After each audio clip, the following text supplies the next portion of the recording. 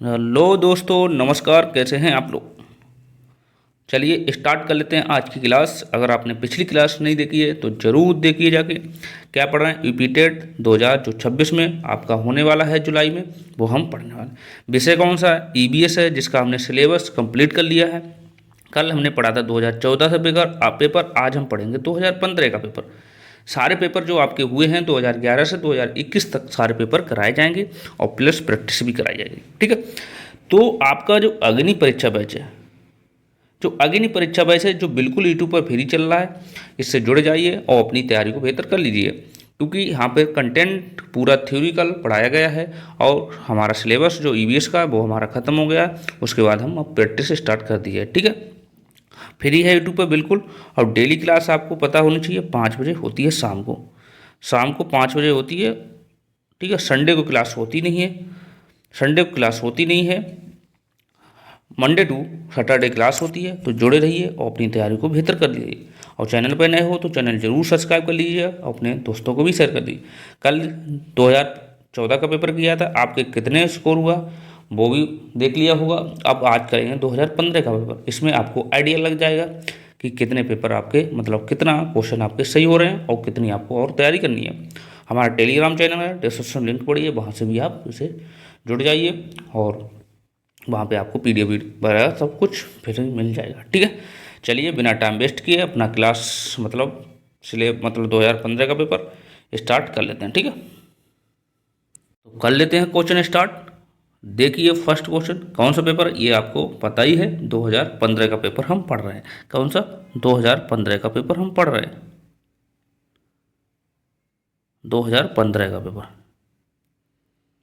2015 वाला पेपर आज हम पढ़ रहे हैं। आपको पता लग जाएगा कितने क्वेश्चन आपके सही हो रहे हैं और आपको और कितनी तैयारी करनी है।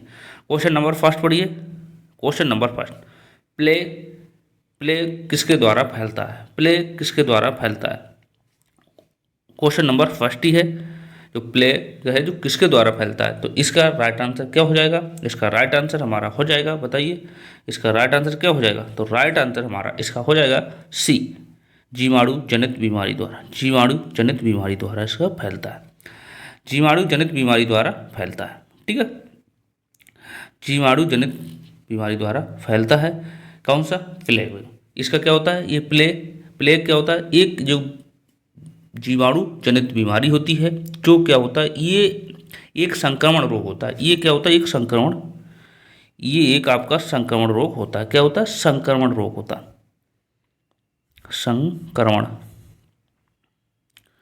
संक्रमण रोग होता है। ये क्या होता है? आपका एक संक्रमण रोग होता है। ये आपका एक संक्रमण, पेन भी तो नहीं चल रहा है, संक्रमण रोग होता है। संक्रमण रोग होता है। ठीक है। संक्रमण रोग होता है, जो क्या होता है आपके किसके द्वारा फैलता है? जैसे चूहा है, चूहा काट ले उसके द्वारा ये फैलता है। इसका अन्य नाम भी जानते हैं, ब्लैक लेथ टॉन पेस्ट, ये भी कहा जाता है। ठीक है। आदमी को ये रोग प्रत्यक्ष संगत द्वारा, मतलब पिशु वंश द्वारा जगत होता है और ये तीव्र गति से फैलता है। ये कभी कभी तो न्यूमोनिया का नाम भी धारण कर लेता है। ठीक है। तो ये क्वेश्चन नंबर 1 का सी राइट आंसर हो जाएगा। नेक्स्ट क्वेश्चन देखिए। देखो क्वेश्चन नंबर नेक्स्ट देखिए, गैसीय अपशिष्ट क्या होता है? गैसीय अपशिष्ट क्या होता है? गैसीय जो अपशिष्ट हैं क्या होते हैं? तो बताइए गैसीय जो अपशिष्ट क्या होते हैं, तो आपको पता होना चाहिए। जो गैसीय अपशिष्ट होते हैं वो क्या होते हैं? वो होते हैं हमारे, राइट आंसर डी हो जाए, लकड़ी, कोयला से जलने वाला धुआं। लकड़ी और कोयला से जलने वाला धुआं। लकड़ी और कोयला से जलने वाला धुआं, राइट आंसर हमारा डी हो जाएगा। लकड़ी और धुआं से जलने वाला, जो लकड़ी और कोयला से जलने वाला जो धुआं होता है, ये हमारा अवशिष्ट, गैसीय अवशिष्ट होता है। क्या होता है? गैसीय अवशिष्ट वे पदार्थ होते हैं जो क्या होते हैं, किसी अन्य पदार्थ के साथ, अन्य पदार्थ के अवशिष्ट मतलब शेष जो बच जाते हैं तथा गैसीय रूप में होते हैं, तथा उसे पर्यावरण में प्रदूषण होता है, जो मुख्यतः वायु प्रदूषण हो गया। वायु प्रदूषण के कारण बनता है। गैसीय अपशिष्ट जो निम्न होते हैं, जैसे कोयले, लकड़ी का कोयला जलने वाला धुआं हो जाता है। और औषधि होती हैं, जैसे फैक्ट्रियाँ होती हैं, क्षेत्रों से चिमनियों से निकलने वाला धुआं, आपका चिमनियों से निकलने वाला आपका धुआं, चिमनियों से निकलने वाला धुआं आपका चिमनियों से निकलने वाला धुआं, और क्या हो जाएगा जो जैसे धुआं मतलब धुआं निकलने वाले जंगलों में लगने वाली जो आग होती है उससे निकलने वाला धुआं, ये सब अपशिष्टीय गैसीय पदार्थ कहलाते हैं। ठीक है, नेक्स्ट क्वेश्चन हमारा क्या है, नेक्स्ट क्वेश्चन हमारा पढ़िए, क्वेश्चन नंबर, नेक्स्ट क्वेश्चन पढ़ लिया।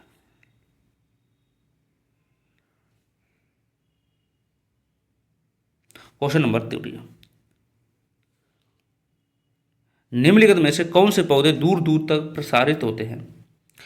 निम्नलिखित में से कौन से पौधे दूर दूर तक प्रसारित होते हैं? कौन से होते हैं बताइए, कौन से वे पौधे हैं जो दूर दूर तक प्रसारित होते हैं?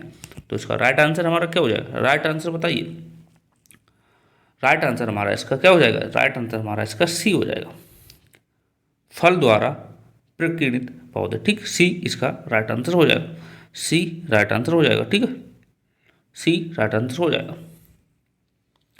नेक्स्ट क्वेश्चन हमें कट रहा है, अब आ रहा है सही।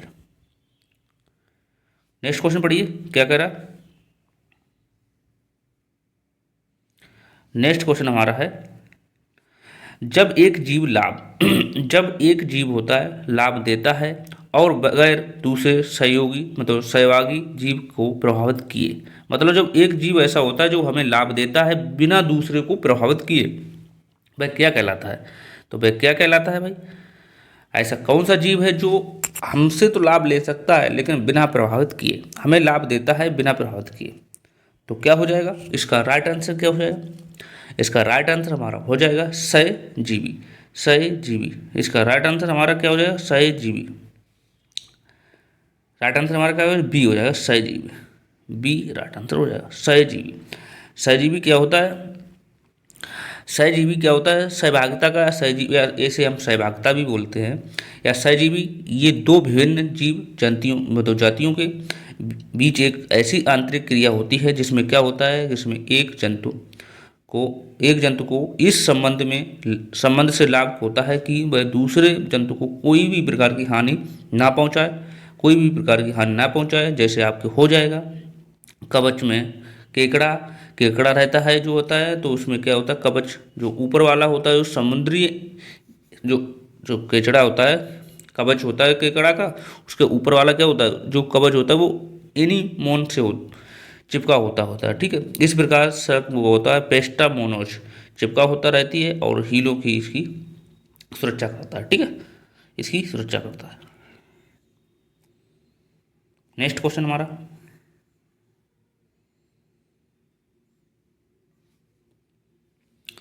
पच्चीस देखें। नेक्स्ट क्वेश्चन क्या कर रहा है, जब मोर सांप को खाता है, जब मोर सांप को खाता है, सांप कीड़े को खाता है और कीड़े क्या होते हैं, पेड़ पौधों को खाते हैं, तो मोर का पोषण स्थल क्या होता है?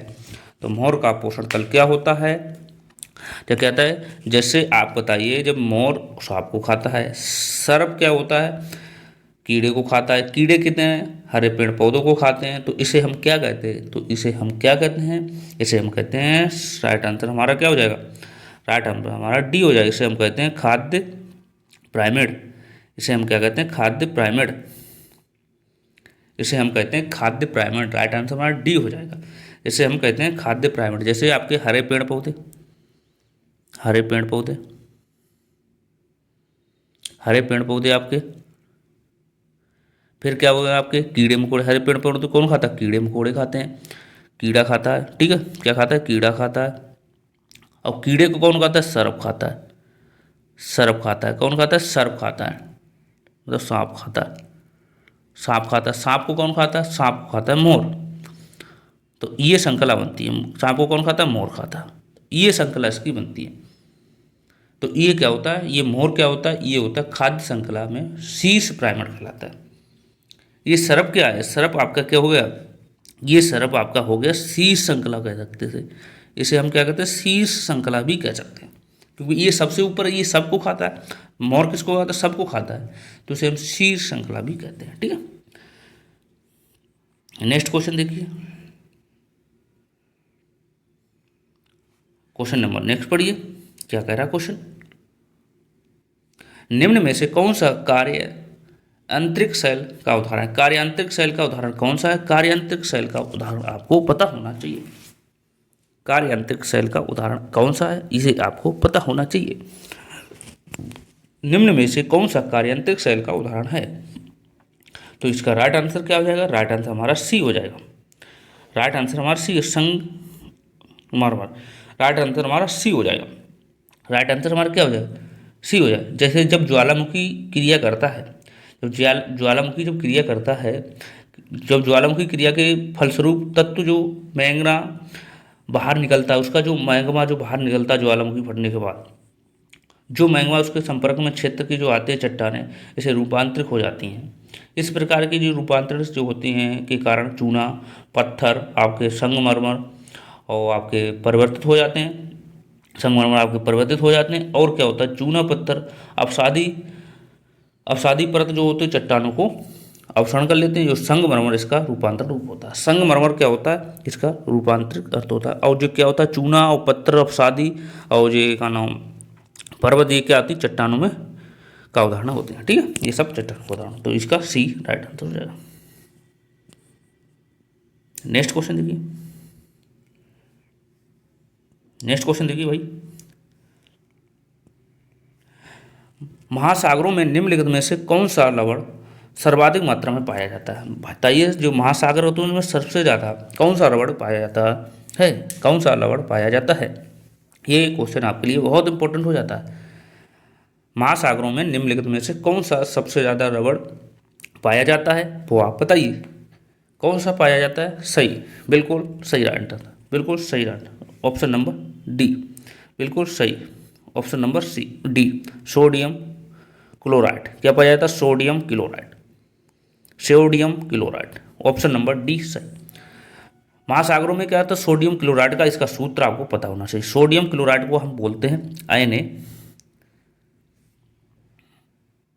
NaCl, ये भी आपसे पूछिए Cl, इसे हम बोलते हैं सोडियम क्लोराइड। सोडियम क्लोराइड लवण होता है जो सर्वाधिक मात्रा में पाया जाता है। और जल क्या होता है? जल में ये सोडियम क्लोराइड की मात्रा क्या होती है? जल में जो सोडियम क्लोराइड की जो मात्रा होती है, ये होती है 35 ग्राम प्रति लीटर। 35 ग्राम प्रति लीटर होता है, 35 ग्राम प्रति लीटर होती है। सोडियम जो होता है सोडियम क्लोराइड, सोडियम का एक अकार्बनिक यौगिक होता है। ये क्या होता है? सोडियम क्लोराइड जो सोडियम का एक अकार्बनिक यौगिक होता है, जिसका रासायनिक नाम सूत्र क्या होता है? NaCl होता है, जिसे क्या होता है 1:1 में सोडियम और क्लोराइड के अनुपात में दर्शाया जाता है। किसके अनुपात में? 1:1 में इसे दर्शाया जाता है। ठीक है, ये चीज़ आपको बहुत इंपॉर्टेंट हो जाती है। नेक्स्ट क्वेश्चन क्या है हमारा? राज्यसभा में होने वाली सभाओं की अध्यक्षता कौन करता है? बताइए, जो राज्यसभा में होने वाली राज्यसभाओं की अध्यक्षता कौन करता है? ये क्वेश्चन आपके लिए बहुत इंपॉर्टेंट हो जाता है। तो ये कौन करता है, ये आपको पता होना चाहिए। राज्यसभा का प्रधान सभापति कौन होता है? हमारा होता है उपराष्ट्रपति। कौन होता है? हमारा उपराष्ट्रपति है। तो हमारा उपराष्ट्रपति होता है, तो इसका राइट आंसर भी हमारा उपराष्ट्रपति हो जाएगा। हमारा राइट आंसर इसका उपराष्ट्रपति हो जाएगा। राइट आंसर ए हो जाएगा। राइट आंसर ए हो जाएगा कि राज्यसभा का भारतीय लोकतंत्र की ऊपरी प्रतिनिधि का सभा कहते हैं, जिसमें 250 सदस्य है। इसमें कितने? 250 सदस्य होते हैं। 250 सदस्य होते हैं।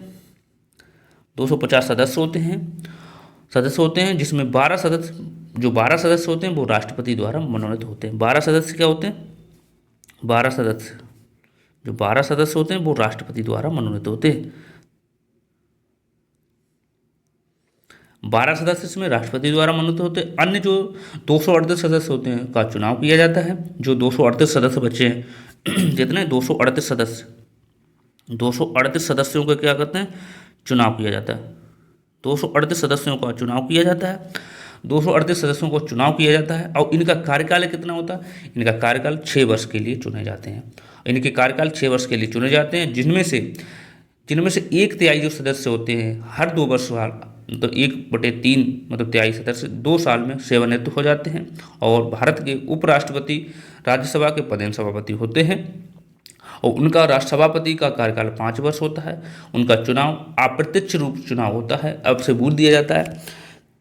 आपसे ये पूछ दिया जाता है कि जो उपराष्ट्रपति का चुनाव है कैसे होता है, तो आपको हमेशा लगाना, बहुत बार पूछा हुआ भी क्वेश्चन है, ये हमेशा आपका अप्रत्यक्ष चुनाव होता है।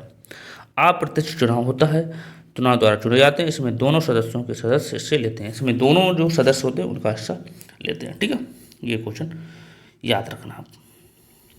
नेक्स्ट क्वेश्चन पढ़िए 29 क्वेश्चन हमारा क्या कह रहा है, निम्न में से किस मिट्टी का विस्तार भारत में सबसे अधिक क्षेत्र में होता है। ये आपको बताना है, निम्न में से किस मिट्टी का विस्तार भारत के सर्वाधिक क्षेत्र पर होता है।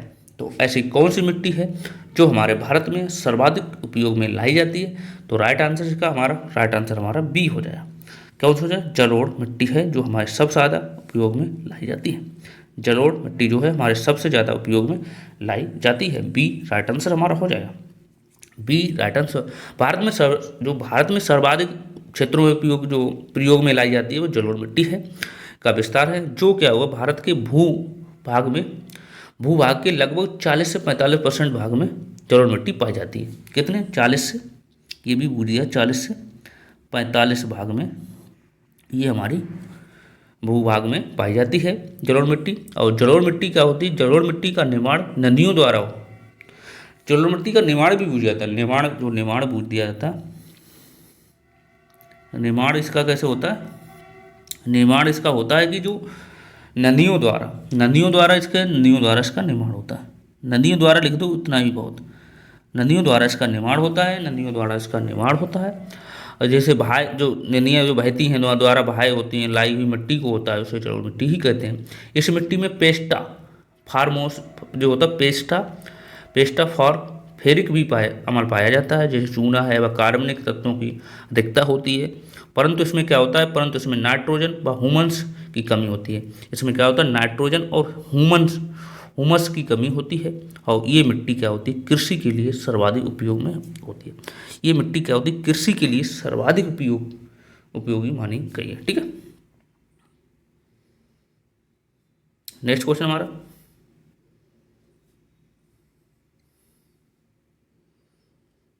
नेक्स्ट क्वेश्चन पढ़िए। जो शाकाहारी जंतु भोजन के लिए हमारे पेड़ पौधे के ऊपर निर्भर होते हैं उन्हें हम क्या कहते हैं। जो शाकाहारी जंतु भोजन के लिए पेड़ पौधों पर निर्भर होते हैं उन्हें क्या कहते हैं, बताइए। जो शाकाहारी जंतु भोजन के लिए पेड़ पौधों पर निर्भर होते हैं उन्हें हम क्या कहते हैं, उन्हें हम कहते हैं प्रथम चरण उपभोक्ता। ये राइट आंसर हो जाएगा, प्रथम चरण उपभोक्ता, ये हमारा राइट आंसर हो जाएगा। जैसे प्रथम चरण उपभोक्ता क्या होते हैं, हमारे जो शाकाहारी जंतु होते हैं, और जो मांसाहारी जंतु होते हैं वो हमारे द्वितीय श्रेणी में आते हैं। जो मांसाहारी होते हैं वो हमारे द्वितीय श्रेणी में आते हैं। द्वितीय श्रेणी में कौन आते हैं, ये हमारे आते हैं मांसाहारी। द्वितीय श्रेणी में कौन आते हैं हमारे, ये आते हैं हमारे मांसाहारी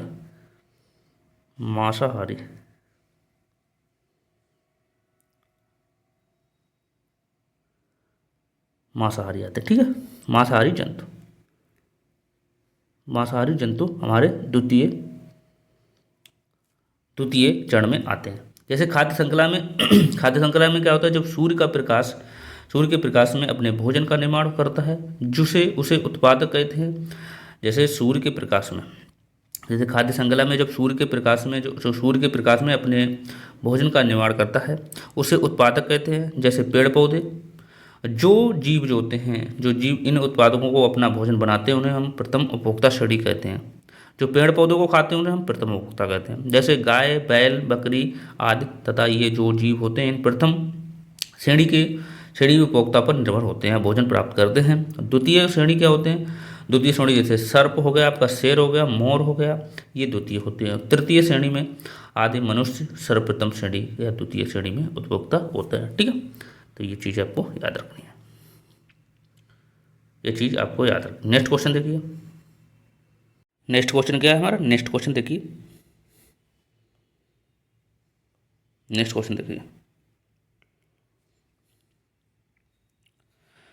पर्यावरण शिक्षा में समस्या समाधान विधि का गुण बताइए। पर्यावरण शिक्षा में समस्या समाधान विधि का गुण बताइए। पर्यावरण शिक्षा में समस्या समाधान विधि का गुण बताइए। तो इसका गुण क्या हो जाएगा, इसका बताइए। ये बताइए, लक्ष्य केंद्रित विधि होना चाहिए, सृजनात्मक विधि होना चाहिए, रचनात्मक विधि होना चाहिए, चयन विधि होना चाहिए। ये हमारा क्या हो जाएगा, ये हमारा उपयुक्त सभी हो जाएगा, उपयुक्त हमारा सभी हो जाएगा। राइट आंसर हमारा क्या, उपयुक्त सभी हो जाएगा, डी राइट आंसर हमारा उपयुक्त सभी। पर्यावरण शिक्षा क्या होती है, पर्यावरण शिक्षा में समस्त समाधान विधि के अंतर्गत इसे खोजकर्ता भी आ जाता है। खोजकर्ता में सृजनात्मकता, चयन करने की क्षमता तथा लक्ष्य केंद्रित होना चाहिए। और पर्यावरण शिक्षा में समस्या समाधान विधि के लिए निम्नलिखित गुण होना चाहिए, लक्षित होना चाहिए, सृजनात्मकता होना चाहिए, ये सारे गुण इनमें होना चाहिए, ये सारे गुण होना चाहिए, ये सब होना चाहिए। ठीक है, तो राइट आंसर हमारा डी हो जाएगा इसका, राइट आंसर हमारा डी हो जाएगा। नेक्स्ट क्वेश्चन हमारा पढ़िए, नेक्स्ट क्वेश्चन पढ़िए और आंसर दीजिए। नेक्स्ट क्वेश्चन पढ़िए और आंसर दीजिए, कमेंट में बताइए। प्रेक्षण विधि की सीमा होती हैं, प्रेक्षण विधि की सीमाएं होती हैं। तो प्रेक्षण विधि की सीमा क्या होती हैं, प्रेक्षण विधि की सीमाएं क्या होती हैं, ये हमारा राइट आंसर, हमारा राइट आंसर क्या हो जाएगा, डी सभी हो जाएंगी। राइट आंसर हमारा सभी हो जाएंगे, राइट आंसर हमारा डी सभी हो जाएगा। ठीक है, ये विधि मित व्ययी नहीं होती है। इस विधि में प्रेक्षण सूचनाओं में से ना करने पर प्राप्त परिणाम अविश्वसनीय होते हैं। इस विधि में क्या होता है, इस विधि से व्यक्ति की आंतरिक व्यवहारों का अध्ययन संभव नहीं होता है। ठीक है, आंतरिक व्यवहारों का संभव नहीं होता है। नेक्स्ट क्वेश्चन है, नेक्स्ट क्वेश्चन पढ़िए। इकोसिस्टम की सही परिभाषा क्या होता है, इकोसिस्टम की सही परिभाषा क्या होती है, इकोसिस्टम की सही परिभाषा क्या होती है, इकोसिस्टम की सही परिभाषा क्या होती है, बोलिए बताइए इसका राइट आंसर। इसका राइट आंसर हमारा हो जाएगा डी, इकोसिस्टम की सही परिभाषा होती है, इकोसिस्टम की सही परिभाषा होता है, ऑप्शन नंबर डी हमारा सही हो जाएगा। क्या हो जाएगा, जीव समुदाय और उसके वातावरण को संतुलित तंत्र होता है। ठीक, संतुलित तंत्र होता है। पारसी तंत्र क्या होता है, पारसी तंत्र एक प्राकृतिक इकाई है। कौन सी, कैसी, प्राकृतिक इकाई है। कैसी इकाई है, प्राकृतिक इकाई है, ये भी आपको पता होना चाहिए, प्राकृतिक इकाई है, प्राकृतिक इकाई है जिसमें एक क्षेत्र विशेष के सभी जीवधारी जंतु जो होते हैं, पेड़ पौधे, जानवर, अणु, जीव शामिल होते हैं कि अपने जैविक पर्यावरण, अजैविक पर्यावरण के साथ साथ अंतरक्रिया करके एक संपूर्ण इकाई बनाते हैं। इस प्रकार क्या होता है, परितंत्र अन्य यंत्र अवयवों को, अन्य यंत्र में तो निरे बहुत सारे अवयवों की एक इकाई होती है जो कि आवास में बटे होते हैं। परितंत्र आमतौर पर अनेक खाद्य श्रृंखला बनाते हैं।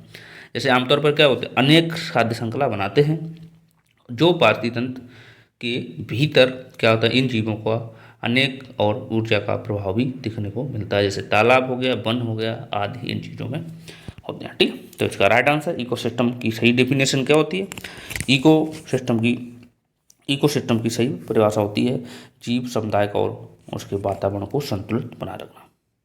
ठीक है ना, साथ में कमेंट भी करते जाइए, और चैनल नहीं सब्सक्राइब किया है तो चैनल सब्सक्राइब कर लीजिए। बिल्कुल आपको फ्री पढ़ाया जा रहा है, कोई भी आपको फीस नहीं देनी है। कोई भी दिक्कत है, हमने अपना नंबर भी आपको दे रखा है, वहाँ से मुझे संपर्क कर सकते हो। मानव विकास के क्रम में दो पैरों पर चलने वाले का सबसे बड़ा लाभ क्या होता है। जैसे मानव विकास के क्रम में दो पैरों पर चलने का सबसे बड़ा लाभ क्या है, कितना इंपॉर्टेंट क्वेश्चन, क्या हो जाए, मानव विकास के क्रम में दो पैरों पर चलने वाले सबसे बड़ा लाभ क्या हो जाए, तो ये हमारा सबसे बड़ा लाभ हो जाएगा। राइट आंसर हमारा हो जाएगा सी, राइट आंसर हमारा क्या हो जाएगा, सी हो जाएगा। राइट आंसर हमारा क्या हो जाएगा, सी राइट आंसर हो जाएगा। राइट आंसर क्या हो जाएगा हमारा, सी राइट आंसर हो जाएगा। राइट आंसर क्या हो जाएगा हमारा, राइट आंसर हमारा सी हो जाएगा। राइट आंसर हमारा सी हो जाएगा। 7 हाथी जो होते हैं, हाथी स्वतंत्र रूप से मस्तिष्क की अनुसार कार्य कर सकते हैं। हाथ जो हमारे होते हैं, हाथ जो हमारे हैं स्वतंत्र रूप से मस्तिष्क की अनुसार ही कार्य कर सकते हैं। तो हमारा सी राइट आंसर हो जाएगा, सी राइट आंसर हो जाएगा। मानव विकास के क्रम में दो पैरों पर चलने का मुख्य कारण ये होता है कि मानव के दो हाथ स्वतंत्र हो जाते हैं। कैसे, जब मस्तिष्क के ज्ञानानुसार कार्य करने की स्वतंत्रता होती है, और इसमें क्या होता है, कार्य करने की कुशलता का विकास होता है तथा कार्य भी तेजी से पूरा होता है। सभी जंतुओं में मानव की दो पैरों पर सीधा खड़ा होकर चलता है, जिसका लाभ है मनुष्य तेज गति से चल सकता है। ठीक है, हाथ हमारा संतुलन भी बनाए रखता है। नेक्स्ट क्वेश्चन हमारा 35 पढ़िए। भूकंप की तीव्रता मापने के लिए यंत्र को क्या कहते हैं? ये क्वेश्चन हमारा कल भी आया था और आज भी रिपीट हो गया। जिन्होंने कल वाली क्लास देखी हुई है वो ये क्वेश्चन 100% कर जाएगा, कोई दिक्कत नहीं होगी। भूकंप की तीव्रता मापने का यंत्र क्या होता है? हमारा होता है सीस्मोग्राफ। क्या होता है हमारा? सीस्मोग्राफ होता है। बी राइट आंसर सीस्मोग्राफ होता है। बी राइट आंसर हो जाएगा सीस्मोग्राफ। सीस्मोग्राफ, ठीक है। भूकंप की तीव्रता नापने के लिए हमारा यंत्र का सीस्मोग्राफ का प्रयोग किया जाता है। ये एक क्या होता है? ये यंत्र में रिएक्टर पैमाने का प्रयोग किया जाता है। इस यंत्र में क्या रिएक्टर पैमाने का इस यंत्र में रिएक्टर पैमाने का प्रयोग किया जाता है और जिसमें क्या होता है 0 से 9 अंक ही निर्धारित होते हैं। 0 से 9 अंक ही निर्धारित होते हैं और प्रत्येक बढ़ता हुआ अंक भूकंप की तीव्रता बढ़ती हुई को दर्शाता है और एक अगला 10 गुना से ज़्यादा तीव्रता को बढ़ाता है। ठीक है, तो इसका बी राइट आंसर हो जाएगा। इसका बी राइट आंसर हो जाएगा। ठीक है, नेक्स्ट क्वेश्चन देखिए। ये क्वेश्चन देखिए, सूर्य के निकट कौन सा ग्रह है? बहुत इंपॉर्टेंट क्वेश्चन।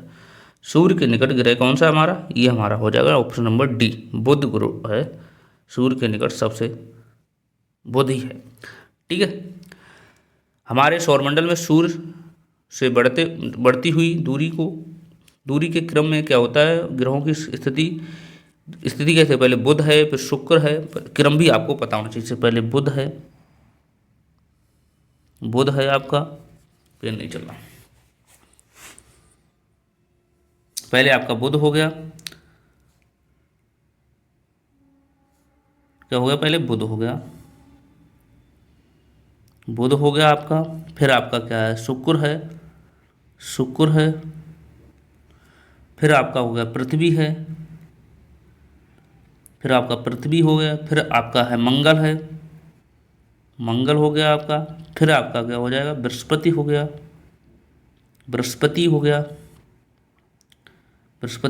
फिर आपका क्या हो जाएगा?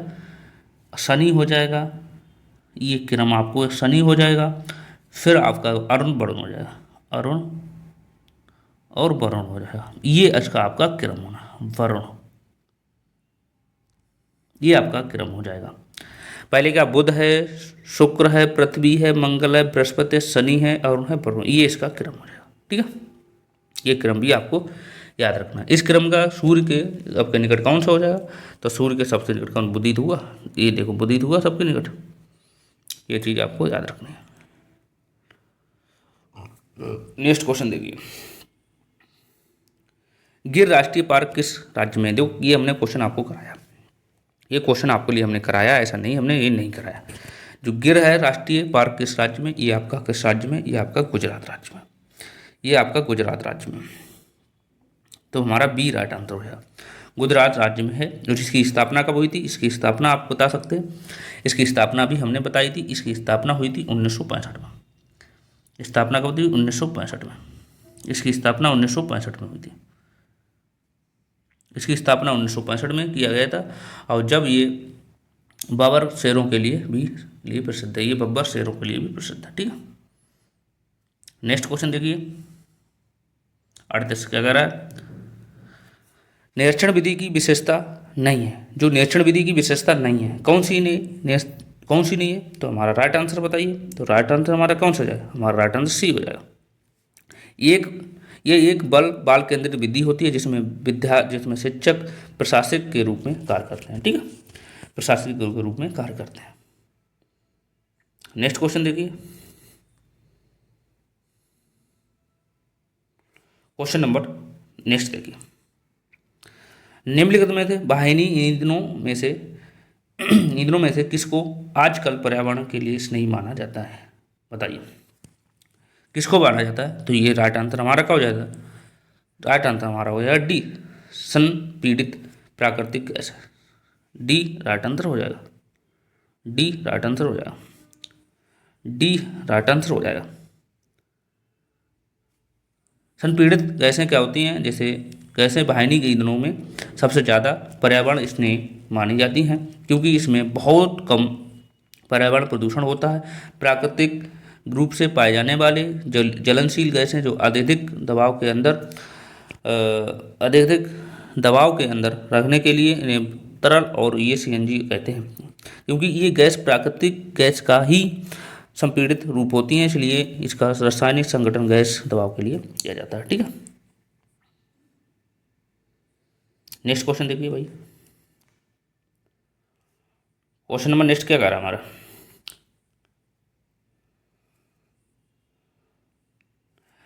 किसी परितंत्र में तत्वों का चक्रण कहलाता है। किसी परितंत्र में तत्वों का चक्रण कहलाता है, क्या कहलाता है भाई बताइए? किसी परितंत्र में चक्रों का, तो ये हमारा क्या हो जाएगा? इसका राइट आंसर हमारा हो जाएगा ए। क्या कहलाता है? जैव भू रासायनिक चक्र कहलाता है। सभी जीवों को मुख्यतः 4 तत्वों की आवश्यकता होती है, जैसे कार्बन हो गया, ऑक्सीजन हो गया, नाइट्रोजन और ऑक्सीजन हो। किसी भी तत्व या किसी भी मनुष्य या किसी भी जीव को कितने 4 ही चीज़ों की आवश्यकता होती है, कार्बन, ऑक्सीजन, नाइट्रोजन और हाइड्रोजन की। ये तत्व क्या वातावरण में जीवों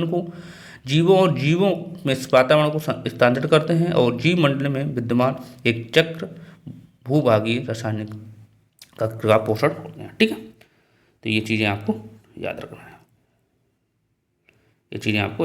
नेक्स्ट क्वेश्चन, ये क्वेश्चन बहुत इंपॉर्टेंट है, ये मैंने बहुत अच्छे से भी पढ़ाया था। चिपको आंदोलन के प्रेरणा स्रोत कौन थे? ये आपको पता होना चाहिए। सुंदरलाल भगोड़ा थे। कौन से? सुंदरलाल भगोड़ा, बी राइट आंसर है, सुंदरलाल भगोड़ा था। चिपको आंदोलन आपको पता होना चाहिए किससे संबंधित था। चिपको आंदोलन, ये आंदोलन वृक्षों की कटाई से के विरोध में वर्ष कब स्टार्ट किया गया था? 1973 में। 1973 में ये स्टार्ट हुआ था, 1973 में स्टार्ट किया गया था, और ये वर्तमान में उत्तराखंड राज्य से प्रारंभ किया गया था। और ये आंदोलन जिस पेड़ को काटा जाता था, लोग वहाँ से उसे चिपक कर खड़े हो जाते थे, जिससे वो पेड़ ना काट सकें, इसलिए यह आंदोलन रोका गया था। ठीक है, आप देखिए नेक्स्ट क्वेश्चन बढ़िया। नेक्स्ट क्वेश्चन हमारा क्या कह रहा है? इंसुलिन की रासायनिक प्रकृति क्या होती है? इंसुलिन एक क्या होती है? इंसुलिन एक हमारा क्या होता है? ये हमारी एक विटामिन होती है, बी राइट आंसर, विटामिन होती है, बी राइट आंसर हो जाएगा। इंसुलिन एक हमारी विटामिन होती है। सेंगर नामक एक व्यक्ति थे जिन्होंने विटामिन की सबसे पहले खोज की थी। सबसे पहले गाय के इंसुलिन के अणु की रचना का पहला पता लगाकर सिद्ध किया था कि ये एक पेस्टालोजिया पोस्टोफाइट होता है, जो एक 1958 में नोबेल पुरस्कार भी इन्हें मिला था। ठीक है, नेक्स्ट क्वेश्चन देखिए।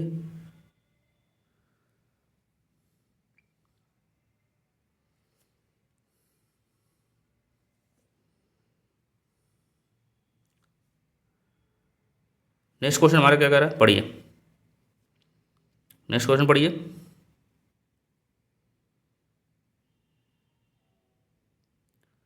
पौधों में अर्धसूत्री विभाजन होता है। किसके द्वारा होता है?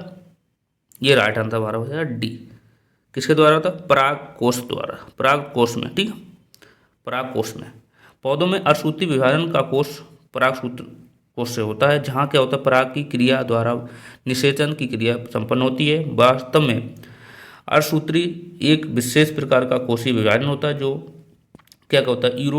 यूरोकोट प्राणी के लैंगिक जनन के लिए आवश्यक होता है। अर्धसूत्रण के द्वारा क्या होता है? विशेष कोशिकाएं पैदा होती हैं। और सभी जंतुओं में भी भूमि पर होने वाले पौधों समेत अधिकांश जो जीवधारियों में युग्मों के अंडकोश होते हैं, उनमें ये शुक्राणु हो जाते हैं। ठीक है, ये इसमें शुक्राणु हो जाते हैं। नेक्स्ट क्वेश्चन पढ़िए।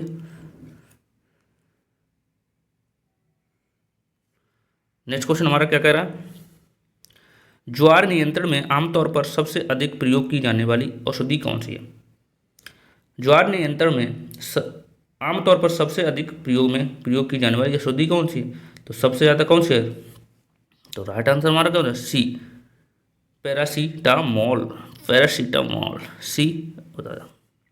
सबसे ज़्यादा यही प्रयोग की जाती है। नेक्स्ट क्वेश्चन हमारा 45। 45 क्या कर रहा है?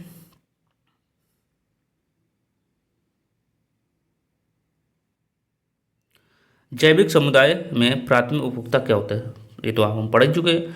जैविक समुदाय में प्राथमिक उपभोक्ता क्या होते हैं? प्राथमिक उपभोक्ता आपके क्या होते हैं? बताइए बताइए बताइए। ये हमारा सी राइट आंसर है, शाकाहारी। ठीक, प्राथमिक उपभोक्ता क्या होते हैं? शाकाहारी। द्वितीय उपभोक्ता क्या होते हैं? मांसाहारी। अपघटक होते हैं ये तृतीय उपभोक्ता। ठीक है, इसमें ज़्यादा कुछ बताने को है ही नहीं। नेक्स्ट क्वेश्चन है,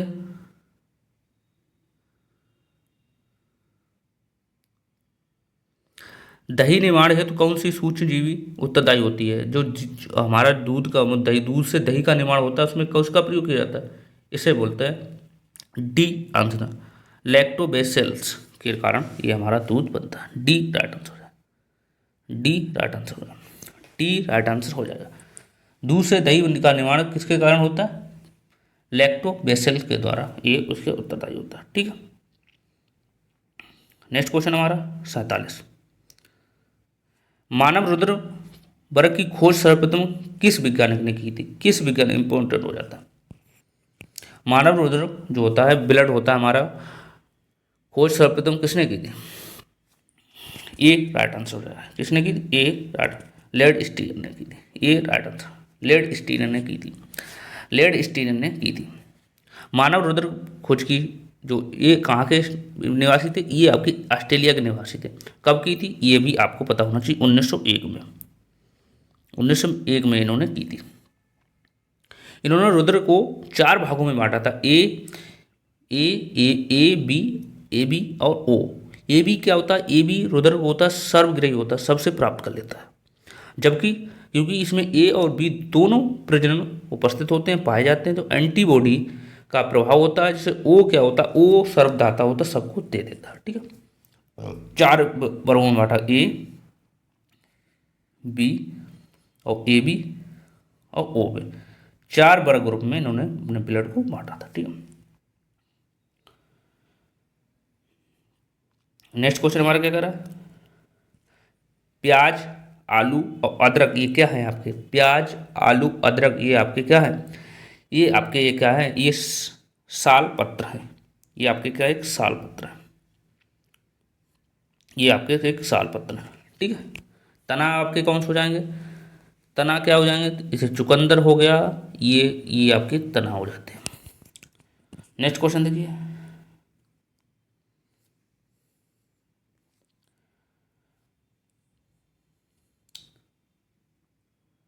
नेक्स्ट क्वेश्चन हमारा क्या? एक कोषीय सूक्ष्म जीव होते हैं, एक कोषीय सूक्ष्म जीव होते हैं, ये आपको पता होना चाहिए। एक कोषीय सूक्ष्म जीव होते हैं, हमारा सी राइट आंसर है, पैरामीशियम होता है। पैरामीशियम एक कोषीय जीव होते हैं। एक कोषीय जीव वे होते हैं जिनके शरीर का निर्माण मात्र एक कोशिका से होता है। जिनका शरीर का निर्माण जो होता है एक कोशिका से होता है। शरीर का जो निर्माण होता है, शरीर का जो निर्माण होता है, जो किसके? एक कोषीय होता है। एक कोषीय, एक कोषीय कोशिका से होता है। ठीक है, एक कोशिका से होता है, ये चीज आपको पता करना, तो उसे हम एक कोशिय करते हैं। अब ये लास्ट क्वेश्चन है, अब आपको बताना है निम्नलिखित में से कौन सा, निम्नलिखित में से कौन सा पादक उत्पादक साबुन का निर्माण करता है? निम्नलिखित में से कौन सा पादप, पादप या पादक होता है? पादप ही होता है, उत्पादन साबुन का निर्माण करता है। विकल्प है कौन होता है? इसका राइट आंसर हमारा डी हो जाएगा, सभी हो जाएगा। राइट आंसर हमारा सभी हो जाएगा। रीठा पादक का उत्पादक होता है, जो साबुन का विस्थापन रीठा का प्रयोग बालों के लिए रक्षण किया जाता है। तो ये हमारी आज की क्लास है। तो 30 में आपके कितने हुए हैं? कमेंट करके हमें बताइए, 30 में आपके कितने सही हुए हैं? 30 में आपके कितने सही हुए, कमेंट करके बताइए। और 30 में अगर आपके 25 प्लस हो रहे हैं तो आपकी तैयारी ठीक है। अभी एग्ज़ाम है, आपके बढ़ भी जाएंगे, 20 प्लस हो रहे हैं तो आपको और तैयारी करनी है, और 15 प्लस हो रहे हैं तो आपको तैयारी की बहुत ज़रूरत है। ठीक है, तो हमने अपना नंबर भी दे रखा है आपको, नंबर हमने दे रखा है 78, नंबर भी हमने अपना दे रखा है 78 30 70 19 64। इसमें मुझे संपर्क भी कर सकते हो, किसी प्रकार की आपको दिक्कत है। हमने अपना नंबर आपको दे रखा है, इसीलिए कोई प्रकार की आपको दिक्कत है तो मुझे इस नंबर पे संपर्क कर सकते हो।